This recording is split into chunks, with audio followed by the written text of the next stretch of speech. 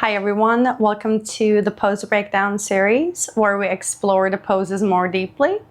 Today we'll be talking about Bakasana crow pose, and we'll be doing this in 3 simple steps: alignment, form, and the mental awareness step. So it's an arm balance, and of course we have to start with warming up the wrists. So if you're ready, let's get started. So I'd like to start with the wrist warm up. Maybe sit in hero pose or cross-legged. Let's warm up your wrists, interlace the fingers, connect the forearms, and find a natural rhythm with the wrist circles. And don't forget to do the other direction.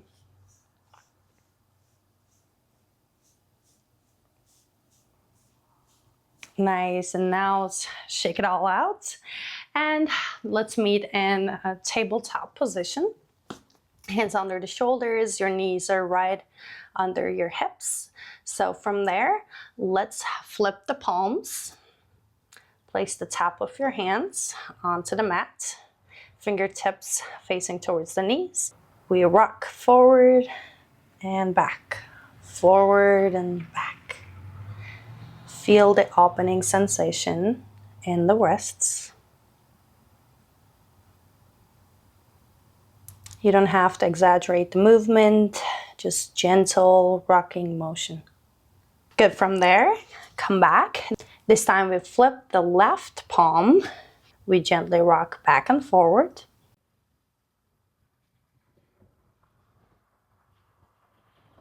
Now bring the left hand back. Flip the right palm, gently rock forward and back.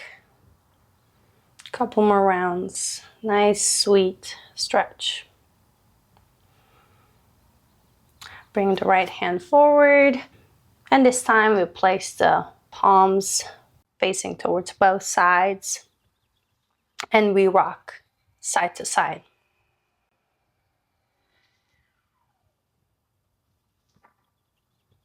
And from there, flip the palms up, fingertips facing towards each other. I think maybe this might be the most intense, so take it easy. We still have a lot to do with the wrists, so being nice and gentle. Good, keep rocking side to side. Come back to your natural tabletop position. Good. From there, let's stretch the legs back. Hold the high plank position.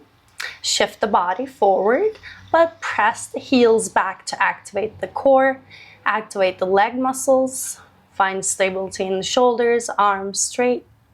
Good. From there, let's bring the right foot outside of the right hand.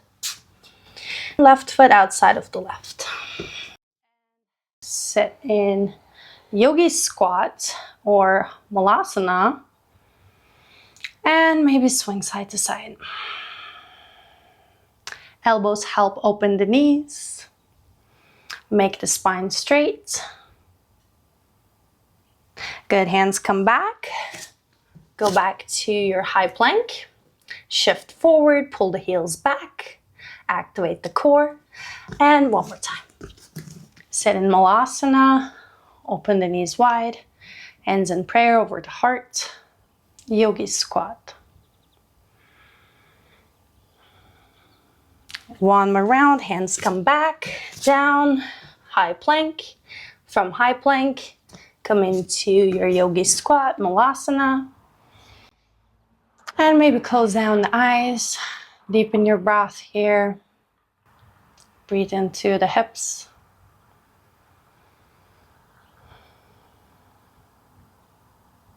Good. Hands come back. From high plank, let's bring the knees back down and take a seat. Stretch the legs in front of you and let's lie down. From there, extend the arms towards the ceiling, palms facing up, and bring the knees in towards the chest. point the toes. So imagine this is like how we're in the crow pose. I mean, almost. So the next thing we're going to do is to prepare us where we're going to place our knees in crow pose. So let's find the activation. Activate the core, squeeze the knees, squeeze the thighs in towards the chest. It's okay to round the back a little bit. Keep the arms active. Imagine you're pushing the ground away. Okay, good. Release. One more time. Squeeze the knees in, squeeze the thighs in. And maybe lift up just a little bit, round the back. Good. Slowly release. Last round. Do your best. Squeeze in and notice where your knees are landing. This is good core work. Nice. Slowly release. Bring the hands down. Touch down. Beautiful. So I noticed that my knees were touching my triceps over here. So that means this is naturally where I should be placing my knees when I'm doing the crow pose. Okay, let's come back up. So we'll do one last warm up and then we'll get started with crow pose. We'll sit in a deep squat. Feet aren't together, separated just slightly. So lean forward, open the knees, lean forward and wrap the arms around the knee. And place your hands down behind you, palms facing down. Maybe let go of the head. Maybe lean back and forward. Find that sweet rocking motion. Here we're just getting the legs ready for the pose. And notice if your knees want to go out more and actively keep bringing them towards the shoulders.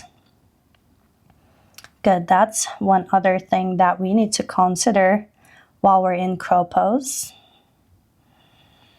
One more deep breath here. Slowly exhale, take a seat and shake everything out. Wonderful. Now let's come back, sit on your heels. So let's talk about the first step, alignment, where we place our hands and feet and how our body parts relate to each other. So hands are right under the shoulders and I like to keep my feet close to each other. The big toes aren't touching, they're separated slightly. And from there, just like how we did earlier with the warm up, I'm gonna place my knees over my triceps because that's where they naturally wanted to go. And spread the fingers, root your fingertips down. It's almost like they're your claws and you're rooting your fingertips down. Once you find the knee position, gaze in front of you, pick a point in front of you and keep gazing to that point. Not looking down, but gazing forward because that's where we want to go, forward.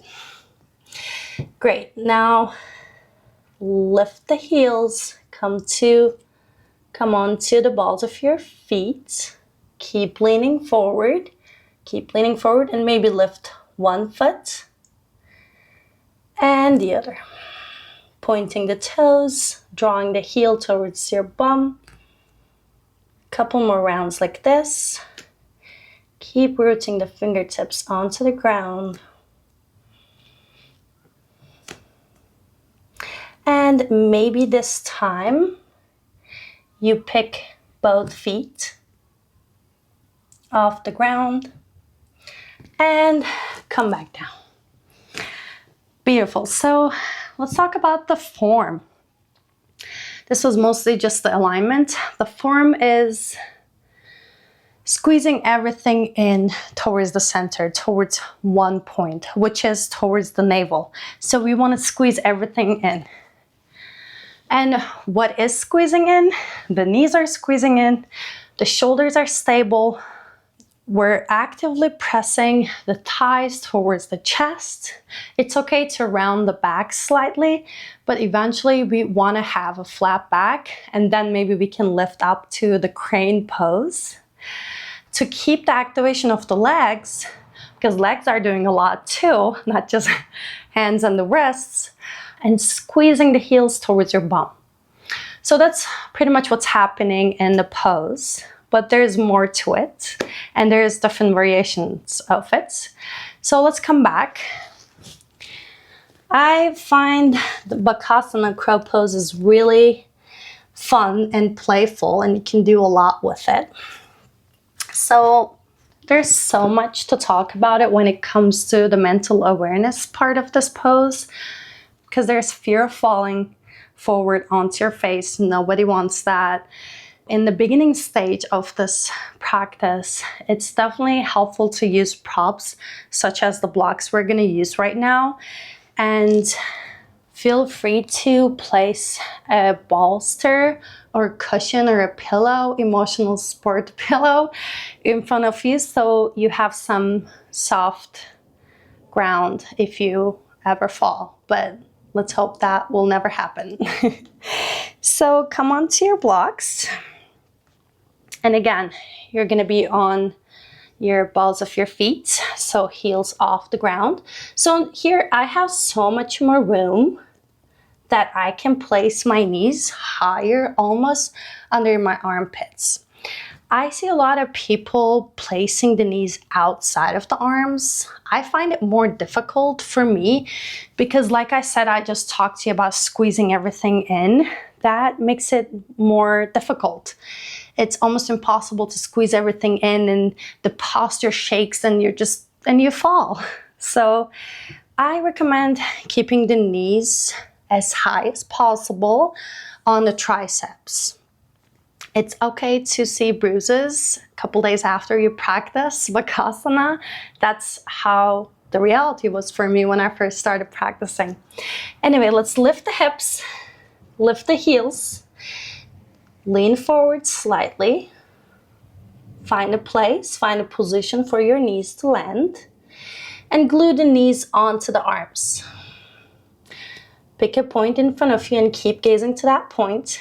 Activate the tip of your fingers, round the back slightly, and keep squeezing the chest towards the thighs. Maybe lift one foot and the other. And this time, try to lift both feet. Squeeze, squeeze, squeeze everything in, and come back down. So that's how we can work with the blocks. They're really helpful. And I highly recommend using the blocks. From there, let's try to do the pose without the props this time. Come onto your hands. Come into a squat. And place your knees on the back of your arms as high as possible. So I'm in a very deep squat right now. So that's how I like to do the pose. Keep squeezing the heels towards the bum. And as you can see, once I'm here, my elbows are behind my wrists. But as I lean forward, as I gaze forward, then my hips are higher. And I align the elbows over the wrists, and then I can take off. That's a signal that it's time to take off, take a flight. So this is how I like to do the pose. Higher up on the back of my arms. But when I first started practicing crow, did I get it right away? No, it took me years. Maybe. So I started here, like many other yogis, maybe right above here, right above my elbows. So obviously this is easier because you can lift the hips way higher and your elbows are going to be over your wrist right away.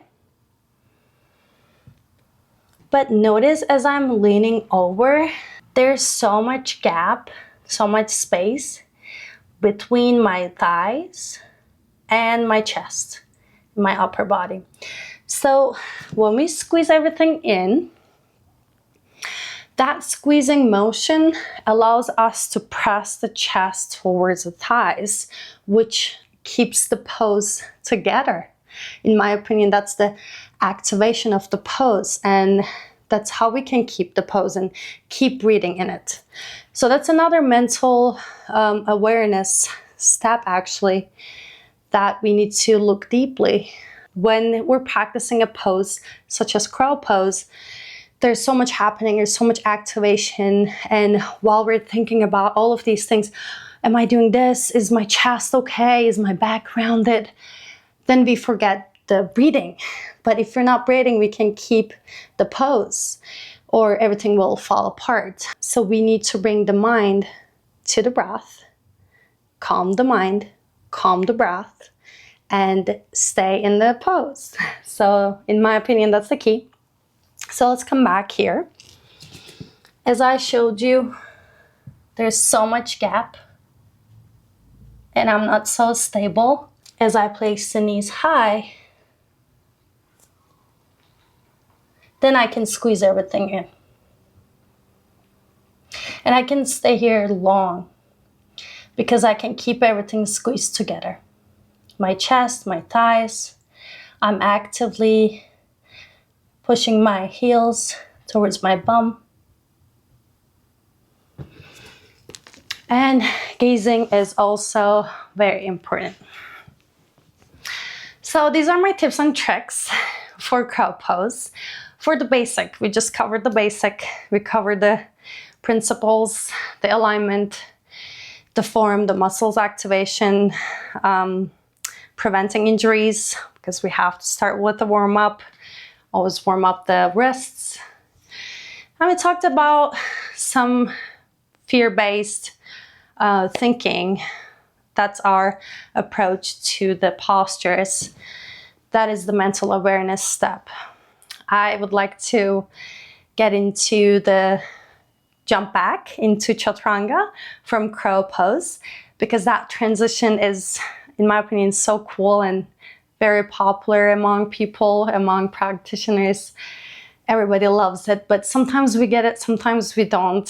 So how are we gonna get it consistently? Let's talk about that. So to me, it all comes to the breath, the breathing pattern. We need to teach ourselves the power of the exhale. So where the jump back happens is towards the end of the exhale. Something like this. Inhale deep, exhale strong. Do you see the end, how I'm squeezing everything in and contracting? That is the squeezing everything in towards the center motion or the sensation when we're in the crow pose, because that's the most powerful stage of the exhale. So towards the end, when everything's squeezing together. So that is my key. If you were to do it, that might sound like that. You see how towards the end we increase the intensity and we use all of our power. So let's come into the pose and try it without and with the breath, and you will notice the difference. So come to the top of your mat. Place your hands under the shoulders, separate the feet slightly, lean forward, come onto the balls of your feet, lift the heels, place the knees onto the arms, lean forward, keep gazing forward, and take off. Inhale, exhale.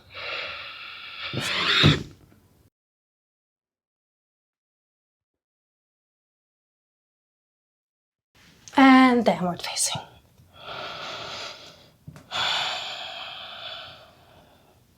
So this is how I like to use the breath.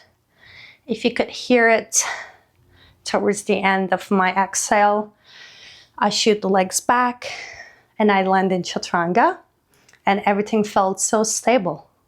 I was like, yes, I'm here, and I don't have to go into the next thing right away, because I'm finishing my exhale, and when the next inhale starts, then I'm gonna move into the next posture, which is upward facing. So let's try it without that breath. Take your position. Lean forward, gaze forward, activate the tip of your fingers. Take off. Squeeze the heels in. Inhale and shoot back. So inhale, exhale. I don't know if you could see it, but my arms were shaking. I was almost all the way onto the ground, and I was not stable at all because I just shoot the legs back whenever. I think it was towards the end of my inhale, something like that. So it was definitely not stable. I highly recommend you trying the exhale method, jumping back towards the end of your exhale and giving that little gap for your legs to shoot back. So it happens so fast. I would suggest maybe you exhale 80% and keep that final strong part of your exhale for the last 20%. And you can apply this principle into a lot of other things. When you're lifting, arm balances, like a lot of things, because my yoga practice took the next step when I found out that I can do so much with my breath. I was stuck at a point for so long and I was like, I don't know what's next. I don't know what next, but it was the breath. The key was the breath. Once I mastered the breath, understood how it works, how I can connect my breath with my movement, then there is the freedom in movement and we can find strength in our bodies and find connection with our minds. I hope this was helpful. Keep practicing on your own, and I hope to see you next time on your mat. Bye for now.